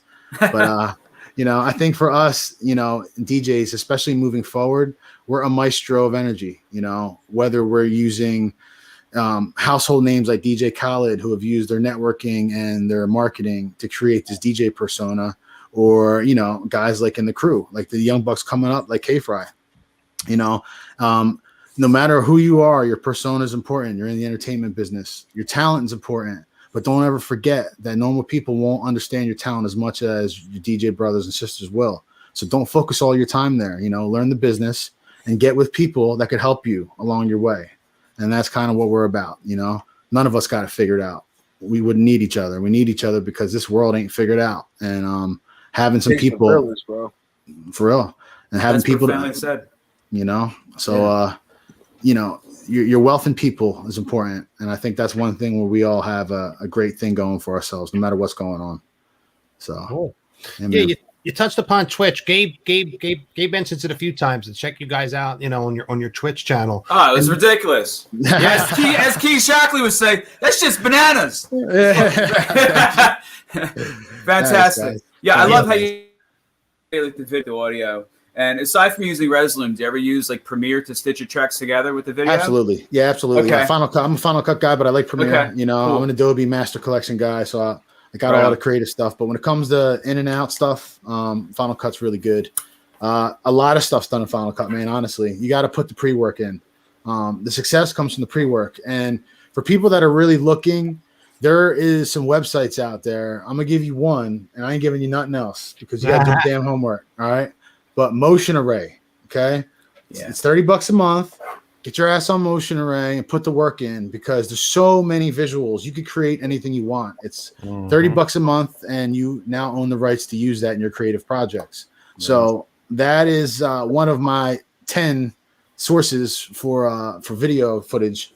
But Motion Array is pretty straightforward. And if you use After Effects, Premiere, you can get templates in there, get creative with your logos, and really bring your show up, you know. Awesome. All right. Yeah. Very cool. Guys, Motion Array is definitely dope. Yeah. And keep firing him. Dave, you got anything for him? Yeah, let me go through some of these comments from the audience. I got to roll back a little bit here, but I know there was some. All right, so here's one. What record pools do you both prefer? Ooh. All right. So first, let me start this conversation by saying we love all our record pools equally. Okay. We will not be baited into any kind of discussions about record pools other than everybody we mess with, yo. Of course, we love our DJ City friends. Promo Only always been really good to us. BPM have been good to us in the past. You know, I personally like Eighth Wonder. Promo is a dope pool for video DJs. It's sneaky. It's dope. Extended Mix always gets support over there. Smash Vids is dope. Headliners always drop bangers. I mean, there's so many good record pools, and between everybody in the crew, everybody uses something else. So we've always have a lot of chance to like, yo, what was that remix? Yo, DM me that shit. And then before you know it, you know, another benefit to a collective of guys that are humble, that want to share each other's journey, is you always got music coming from somewhere, you know, yeah. You know, by the crate if you need it, you know. So yeah, it's like, oh, how many do you need? Yeah, that's even the worst. Like, don't even ask for a crate, because Cutlass will drop like a crate on you that's like 14,000 Afrobeat songs. Oh, yo, Cutlass, I need some Afrobeats. Here's 27 gigs of Afrobeats. 7,000 songs later, you're like, all right, so which one I'll play first? Nice. But all right, this one, Soho. What do you recommend for green screen and camera for streaming? Okay. So when it comes to this world, it's all about budget, and it's about using what you got already and trying to make it work. When that fails, you got to spend some money. Green screen. yeah. That's it. I mean, I will always try to do it the minimal way, but sometimes there's no way around. Understanding the sciences is really the best advice I can give you. Green screens are nothing without lights. So if you're doing standard DJ streaming, any LED fluorescent lights will work. You know, you could get a set for like $70, $80 on Amazon, and you want a set to just light your screen, right? So once your screen is lit, then lighting you becomes another light's job. Getting your lighting right is important. You could have a green wall with Home Depot paint, or a pull down screen like I have. And, you know, you can literally get any brand. There's no brand green that I really say is, oh, this is great. If you're a mobile person, you're moving a lot with the green screen, getting something mobile friendly is cool. If you're setting up the house, you can paint a wall. That's cool too. When it comes to camera, I use a Sony AX53 or something. It's a 4K, about $900 camera. I use this because I bought this for stabilization while we're out at the trade shows and while we're out at the events.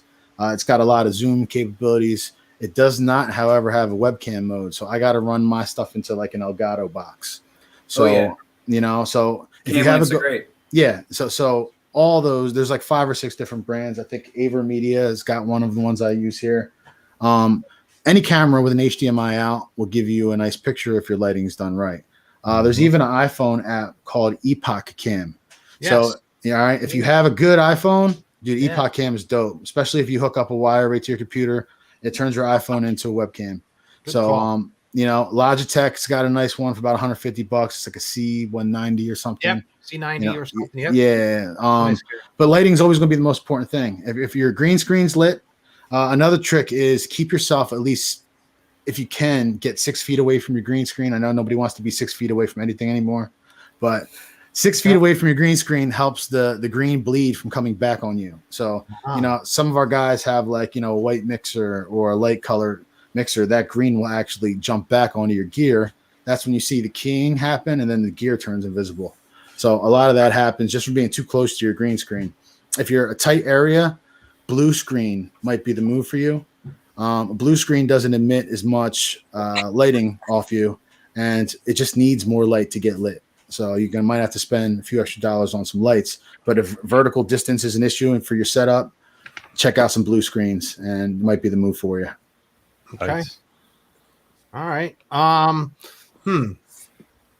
For the table, I've seen you do some pretty dramatic, like no pun intended, dramatic, some pretty cool stuff. And it actually goes right under the table. Do you use a green table cover as well?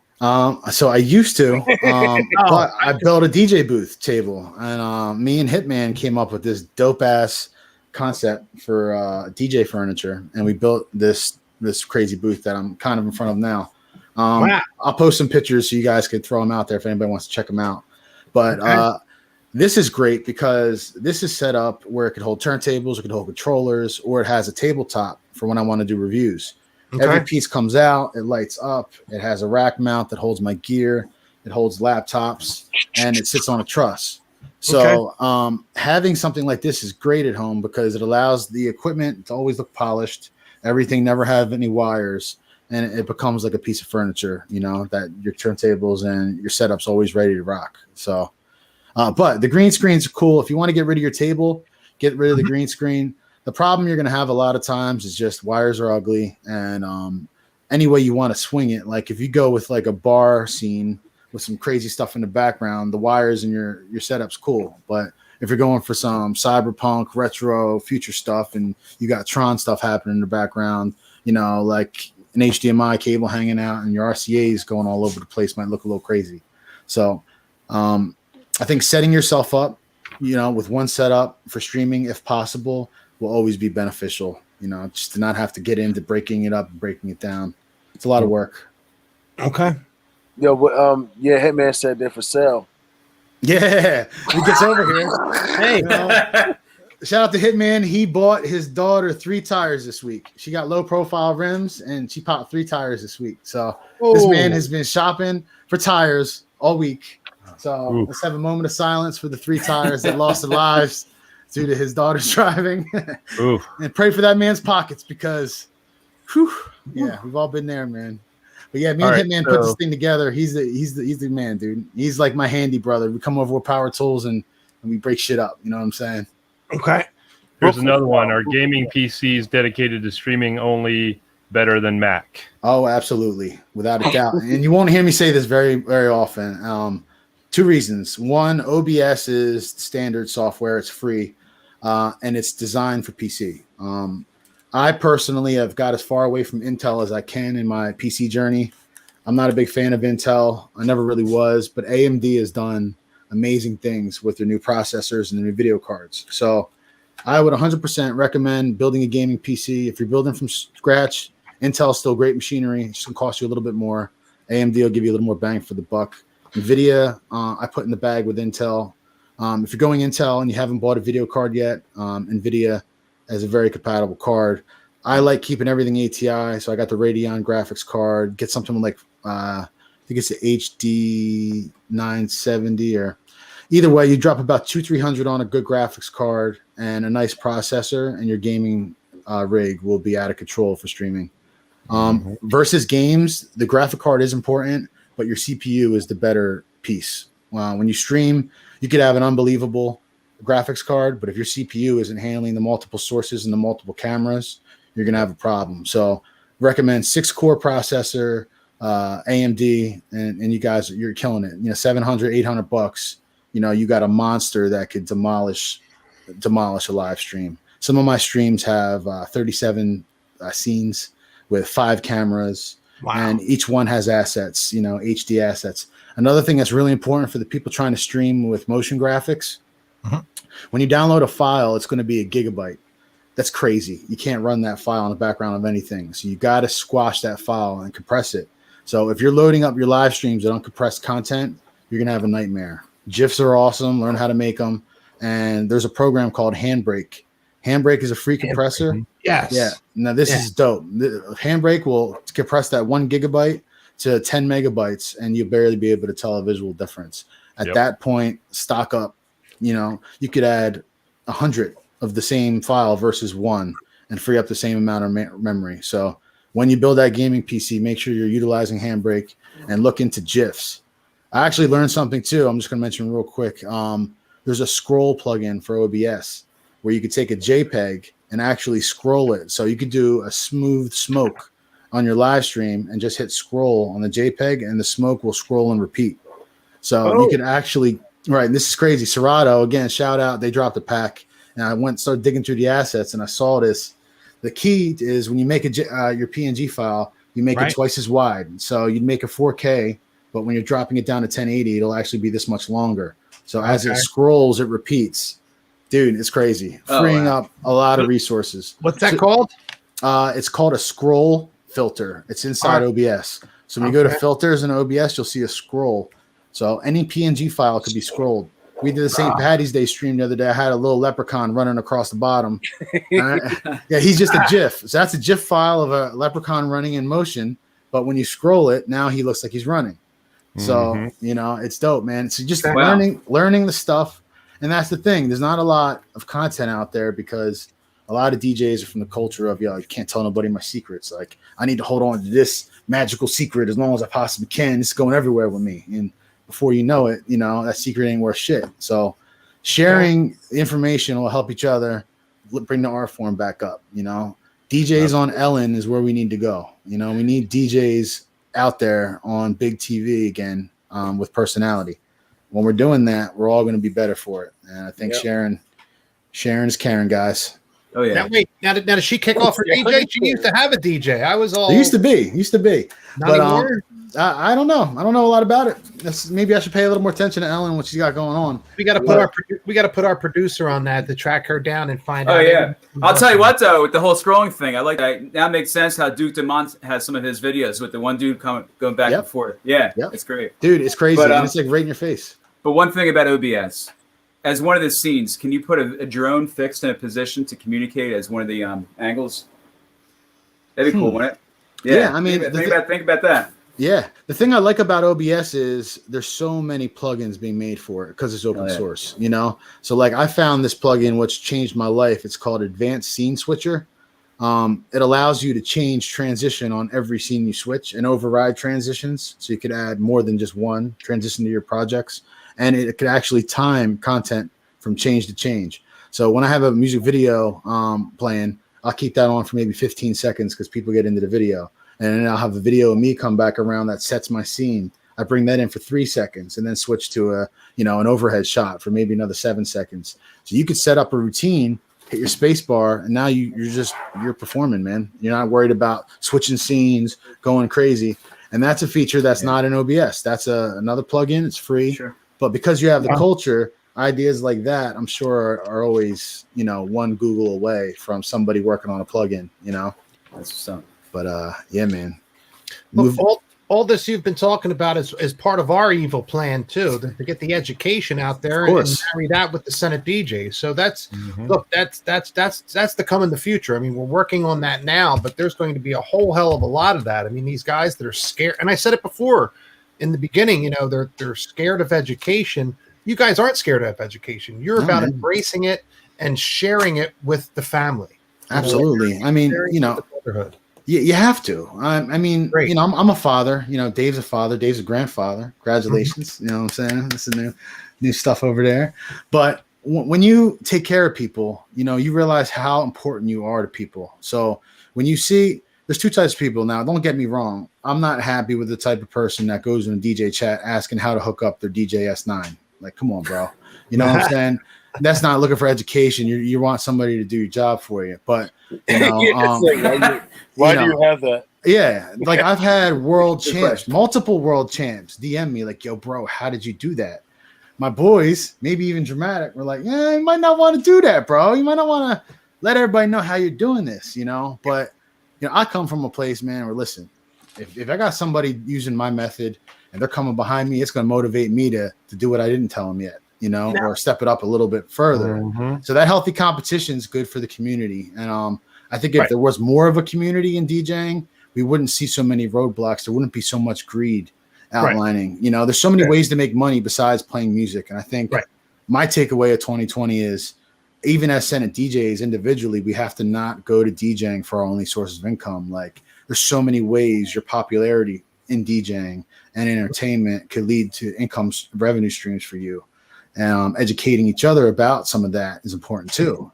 It has nothing to do with our records, but that's important if you're gonna live in this lifestyle. You know what I'm saying? Yeah, that's our first 5 shows. We're basically on that and creating music. Which is a lot of these guys' dreams. It's making music, becoming a producer like Dramatic is. Yeah, or making some beats right from your computer. But look, with this education, I'm not saying give them the formula to the Big Mac or the Royale with cheese or the Big Mick or anything like that. What I'm saying is, at least give them the main, look, you put 2 burgers on a bun and you fry it for 20 minutes.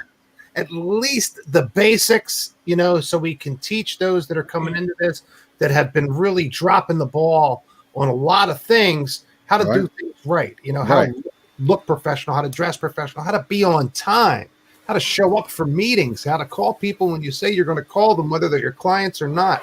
I could go on and on and on.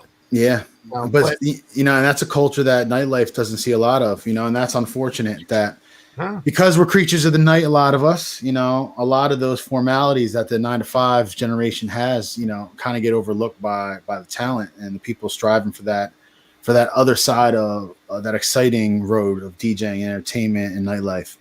But, it's a slippery slope, but I do think that you get more in return from your relationships and helping people than you'll ever get from keeping something from somebody. Especially the people, the worst kind to me are the people that know the knowledge, that don't implement it and still keep it. Yeah. So it's like, yeah, I know where their buried treasure is, but I'm too lazy to go get it. But I'm just going to keep that shit to myself. Screw you guys. You know? and that's most of, the people we're talking about, Yeah, it's horrible.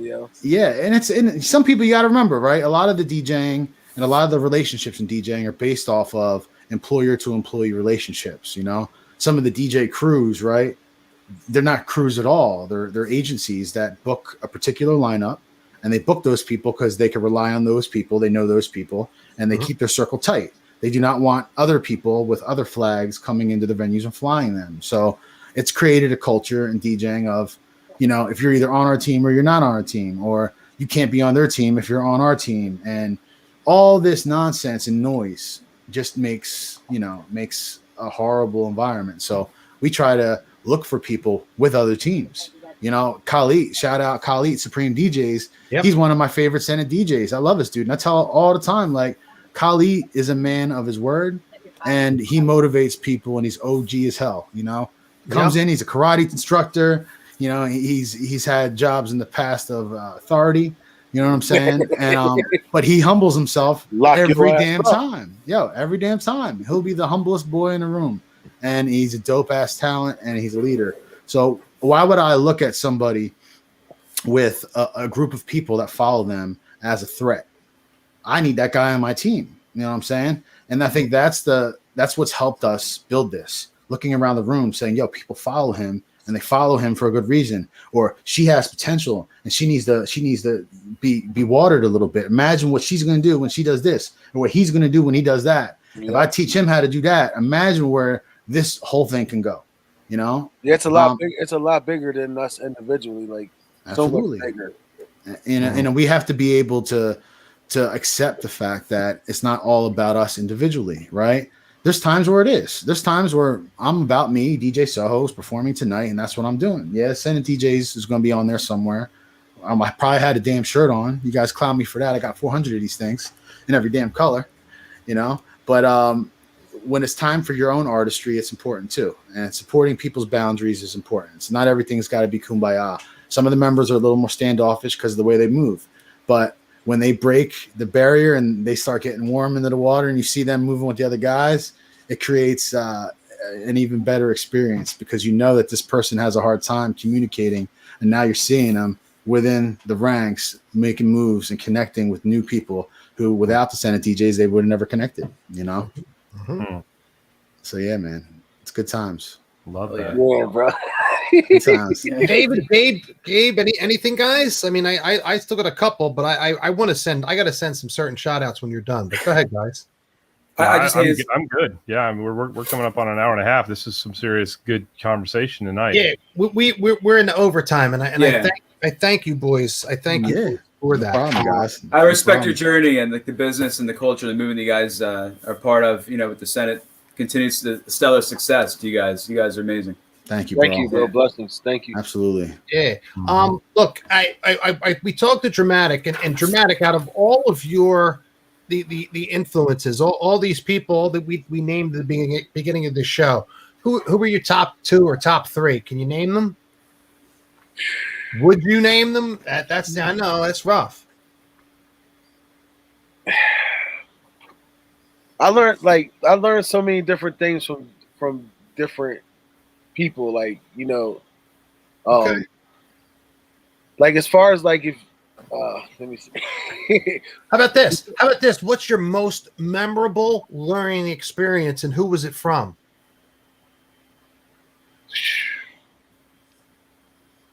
I got one for you. Yeah. All right. When I was doing open up a few shows with Kid Capri a couple times, right? Yeah. That's what I was waiting for. Thank you. When we used to do shows, like, he would go through records so fast. Like, this is back when, like, vinyl, this is when vinyl was in effect. So it was no Serato, none of that stuff. Uh-huh. So I would put his records away, while he was spinning. He'd be going through them. But the way that you see now a lot of people doing this short style mixing and stuff like that, he was doing that back in the 90s. Like, with vinyl very smoothly. Like you know when you rocking a party, for instance, they put it like this. If you rocking a party, for instance, right, and the transition comes through, but he would be real sneaky with it. And then and you just see him going back and forth with the records like this, switching records, with the party's just moving, just sneaky. But everybody's singing at the same time, but still being sneaky with the mix and just keep it going. It was crazy. Like when I first seen that happen when I was young, that was like a big game changer for me right there. Like That's cool. Like I'm not even gonna lie to you, like that was a big game changer right there. But like I have so many different things for me because like for me living in different places, like I lived in AC, I lived in Brooklyn. So living in AC though, you're near Philly, so like you get involved in the whole Philly thing, and there's different styles of DJing in Philly than versus New York, and like it's so many where like as far as like mixing for a while, like New York DJs was known for that quick mixing, blending type of thing, but as far as like real art, you know, arty cuts and stuff like that, that's Philly guys, like straight up, like you know what I mean. So like the certain styles of cutting and how things go is. I was lucky to be in both markets at the time, so I could, you know. I molded you, bro. You got molded. I manned the two cities. And then Atlantic City's like, Atlantic City's like, bro, what the hell? You ain't gonna mention Atlantic City? Like, but that's it. That's I think, a whole nother story right there. That molded everything else. Yeah. But that's it. And I think our influences, man, I know for me, I think the first time I was like DJing is some shit was watching DJ Craze at Egypt Nightclub. Ooh. Years ago, man. I'm talking about, way back. And before I even worked at Egypt, I was just attending. And when you saw, like Dave said, people doing this shit with records, like how the cue points work, like what is that label? How does he know that that's going to drop there? There's such an art form there that, sadly, a lot of that's been adapted to where we're at now. And it's not as hard to do that right now to get the same effect. But watching what these guys done, and guys at Craze have obviously gone to another level from now to then. Yeah. But seeing where all that started really, hyped me up. And then hip hop coming in, I think, as a main music of the late '90s, changed DJing and opened up the door for open format. Back then, you guys remember, you played records.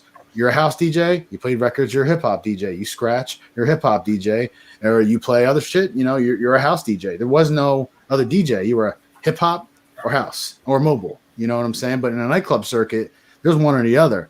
One of them played 12-minute versions of songs. One of them played 3-minute versions of songs. Mm-hmm. The hip hop DJs like us, I started off a house DJ, but Philly made me a hip hop DJ. Like Dave said, I mean, that was what was exciting. I'm playing 12-minute fucking anthems is great and all. Everybody's rolling on E and whatever the hell they're doing, but give me two records of the same record. Song? Yeah. Yeah. And props to that music, and it had its time, and that was a big part of me too. That was my curiosity start. The thing I like about electronic music, it kind of opened the door for stuff you didn't hear before. It got to take you somewhere that the radio wasn't going yet. So I do always appreciate the electronic music and its place in hip hop or its place in nightlife culture.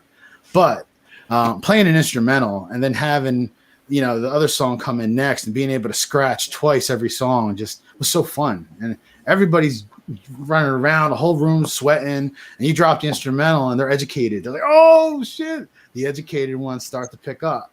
Nowadays, we're in and out of shit so fast. It's a wordplay into a wordplay into a snippet into this into boom, and then here's one around two. And people are just like brains on the wall. You know what I'm saying? There's so much music coming out so fast. It's like back then you really had time to enjoy it and enjoy the culture, and it was hard buying. Like I would roll up with homies to go to New York to buy records because you couldn't get that stuff around here.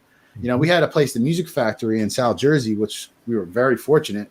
Because if it wasn't for that, we would be down at Armand's in Philly and Sound of Market, Armand's. Yeah. Or New York. And New York was costing you a lot of money to buy a $12 single. By the way, 2 copies of it. Shout out to Fat Cat from Armand's. I know he's Fat Cat is the homie, of course. Yeah.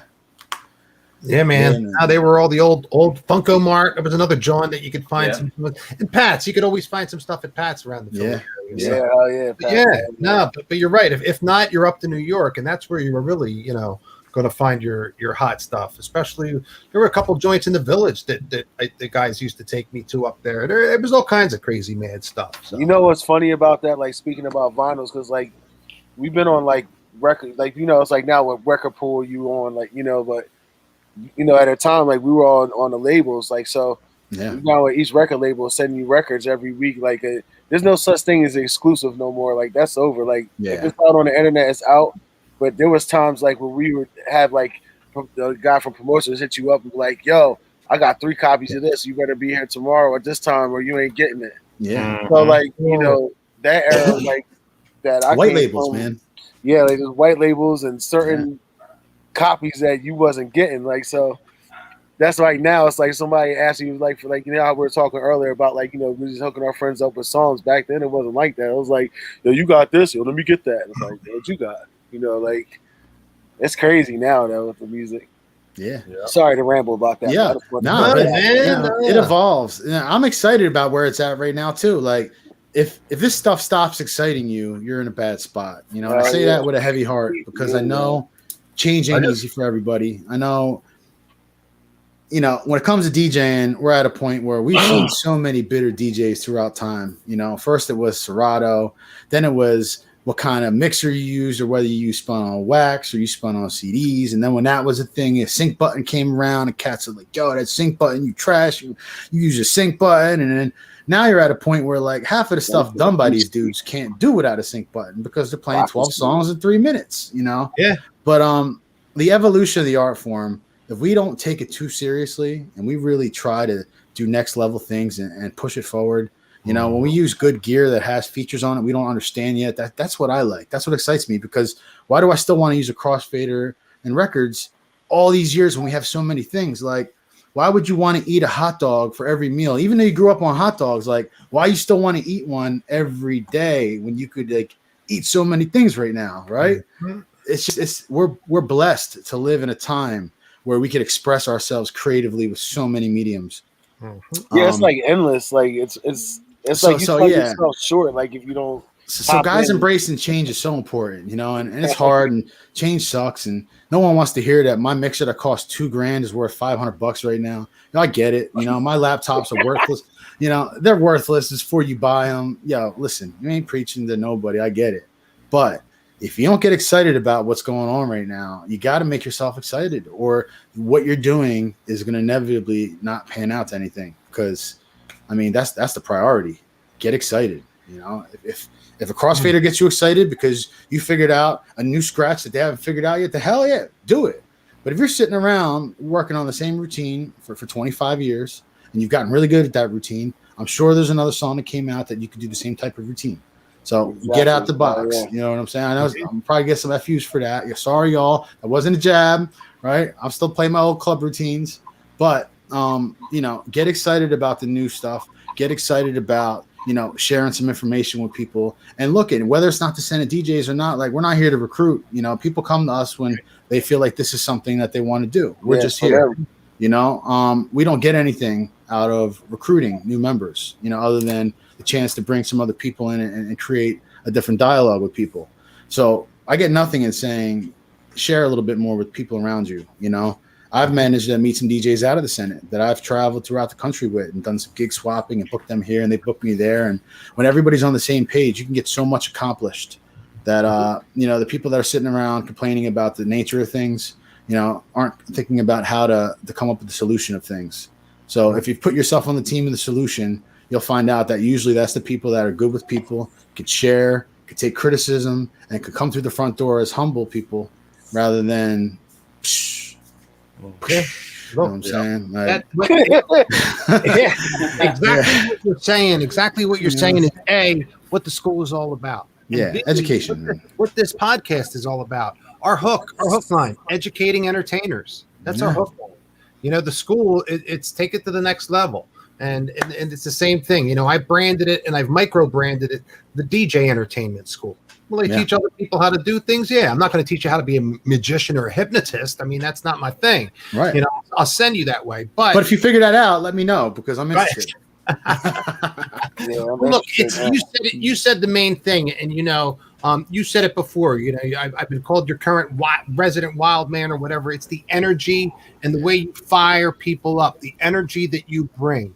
I've heard so many times people coming into this podcast saying, they come here for the energy that we all throw at each other or the way we present it, and just being fired up about music, fired up about life. Now, with that said, boys, before I send the shout outs, because I've got over 22 DJs that I want to shout out that I've been singing and writing down just to say hi. All these, they're brothers from the Senate, but they're also, tight companions that we've seen in and out of these places. But here's my main question. I ask it to both you, Soho, and I ask it to you, Dramatic.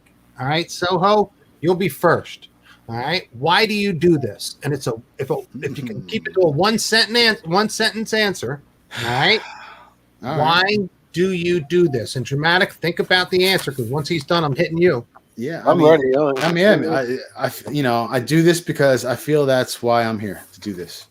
At a cellular level, I believe that I'm here to do this. I'm here to connect these guys. I'm here to be a part of this. And that's about the quickest way I could put it. In one sentence. All right. And this, look, this not only creating the Senate DJs and being part of the brotherhood and all that. It's really music, DJing, that whole thing, all of this. Why did you choose media? Why did you choose this path instead of being a doctor, instead of being a lawyer, or instead of being a real estate agent? Why do you do this? Part of it was being tainted at a certain age, getting a taste of that DJ stuff early. I was 16-year-old coming into a world where I was now told everybody thinks I'm 22. Okay. And I get to play with the big boys. Okay. But that was the beginning. The beginning was excitement. Excitement. What kept me in there is my connection to people, All right. Good answer. Yeah, dude, and that's it. Connecting with people and being able to take part in that exchange. Like, to me, that's my synergy.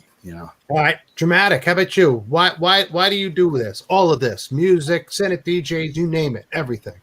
Well, first of all, it keeps calling me. No, what it is? Hi, Pookie. No. It's funny that he just said what he said, because it's something else that pulls me into this, like into music in general. Like, it makes me feel good. Like, it's nothing else that makes me feel like when I'm doing music or with my brothers or sisters, whatever, doing what we do, the energy we give off, like when we're performing, everything about what we do and interacting with each other and different people and meeting new people and moving.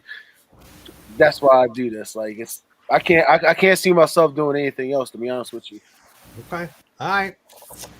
I gotta be honest with you. I get a little trippy watching Dramatic spin around in his chair like that. When you blow off the big screen, I'm getting a little dizzy. It's all right. I know. I'm so sorry. Yeah, I'm sorry. It's all right. Because I'm sitting. No, it's okay, man.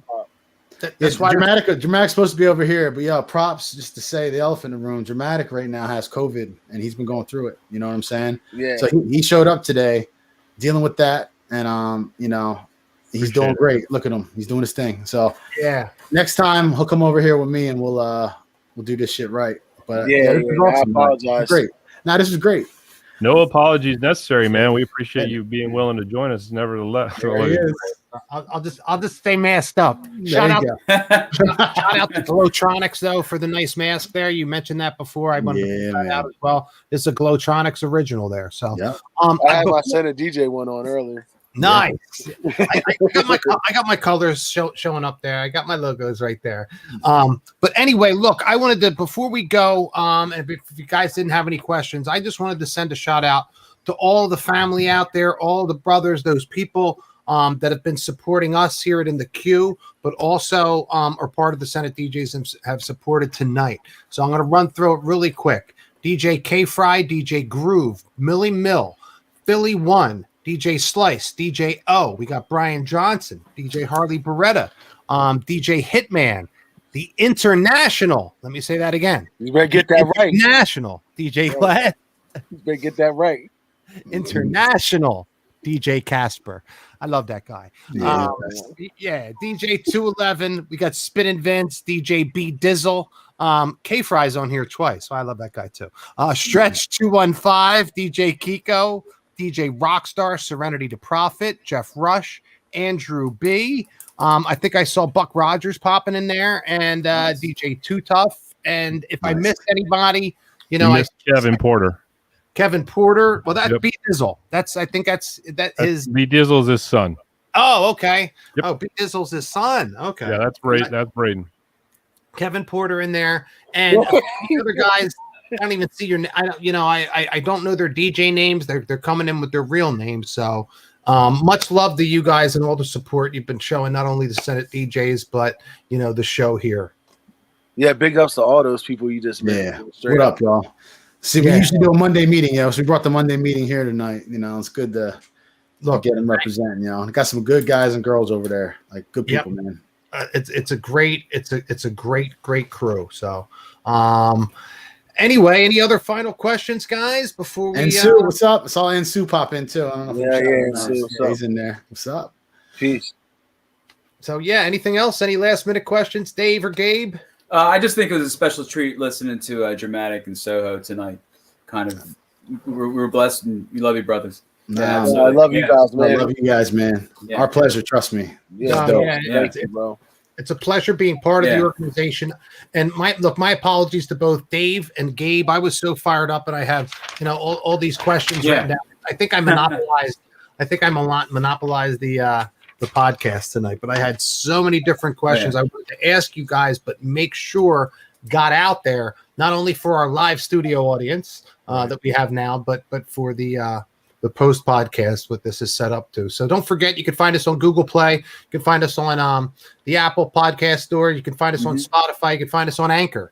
So all of those of your favorites to catch past shows. You can also see us on YouTube at In the Queue Podcast and our Facebook In the Queue. That's where we got all the.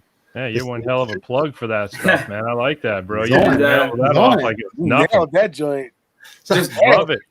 One Just big Willie there, right? We got the word. APR finance. Yeah,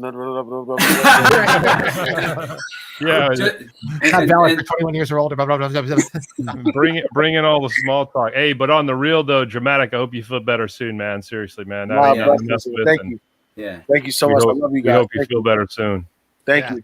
And just to recap, I just should have mentioned the logos that I'm really excited about the logos and the theme song. And next week we feature Joe Ferrero and Damon Gerard. They're both heavy hitters in the industry as well as fitness gurus in their own right.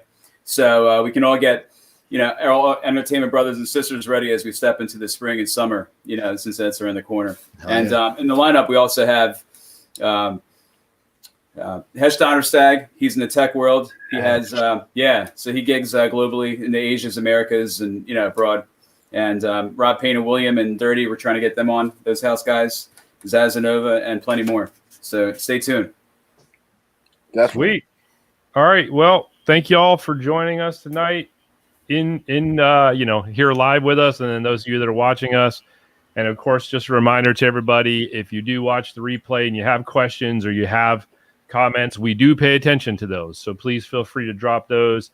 If you have any information that you want us to reach out to Dramatic or Soho about, we'll definitely get those questions answered for you.